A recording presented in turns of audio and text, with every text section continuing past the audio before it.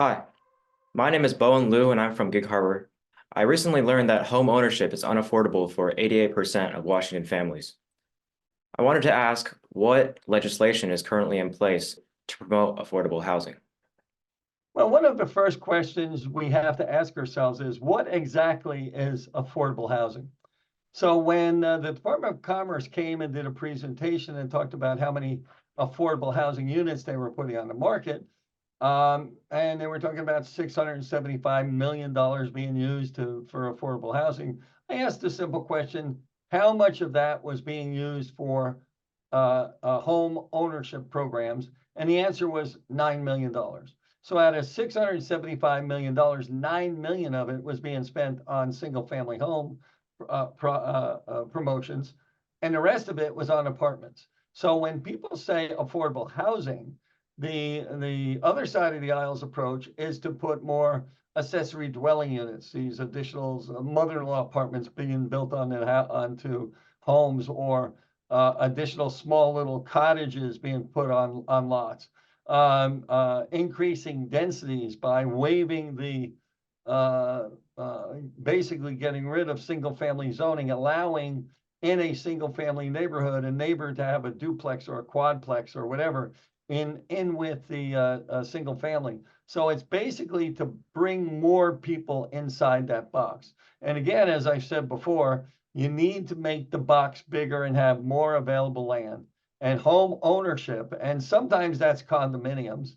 So, I mean, we could start with condominiums, but some of the condominium costs are almost as high or higher than you can buy a small little starter home if you get government out of the way. So the object is government needs to look at reducing their expense and their burden onto new homes in order to encourage those lower level homes to be built.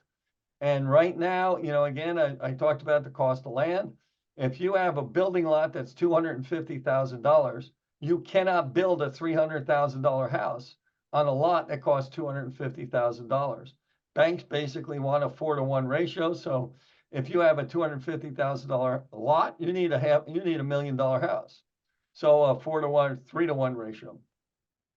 So, you know, that's what you need to be addressing in order to make housing, and by housing, I mean a home of their own. Excellent question. And I can start with the bill that we passed last year. Was my bill dealing with accessory dwelling units. This was a pilot program that will allow homeowners to have an attached dwelling unit within their home and rent it out to people at 60% AMI and below. Those are our folks who are considered our most low income. And that's where the greatest need is.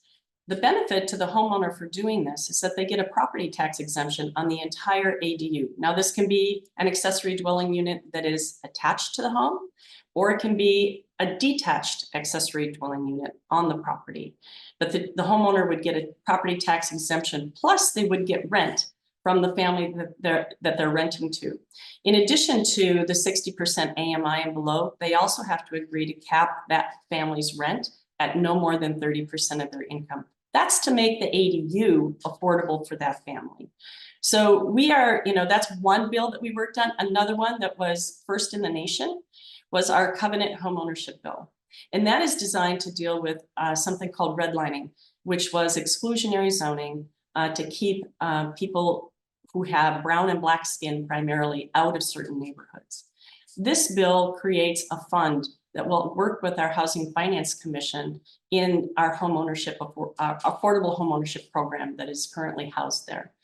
And this is expected to generate $400 million to start. It has tremendous support, and we feel that it's going to do a lot to help those who have traditionally been excluded from home ownership to finally having that dream come true.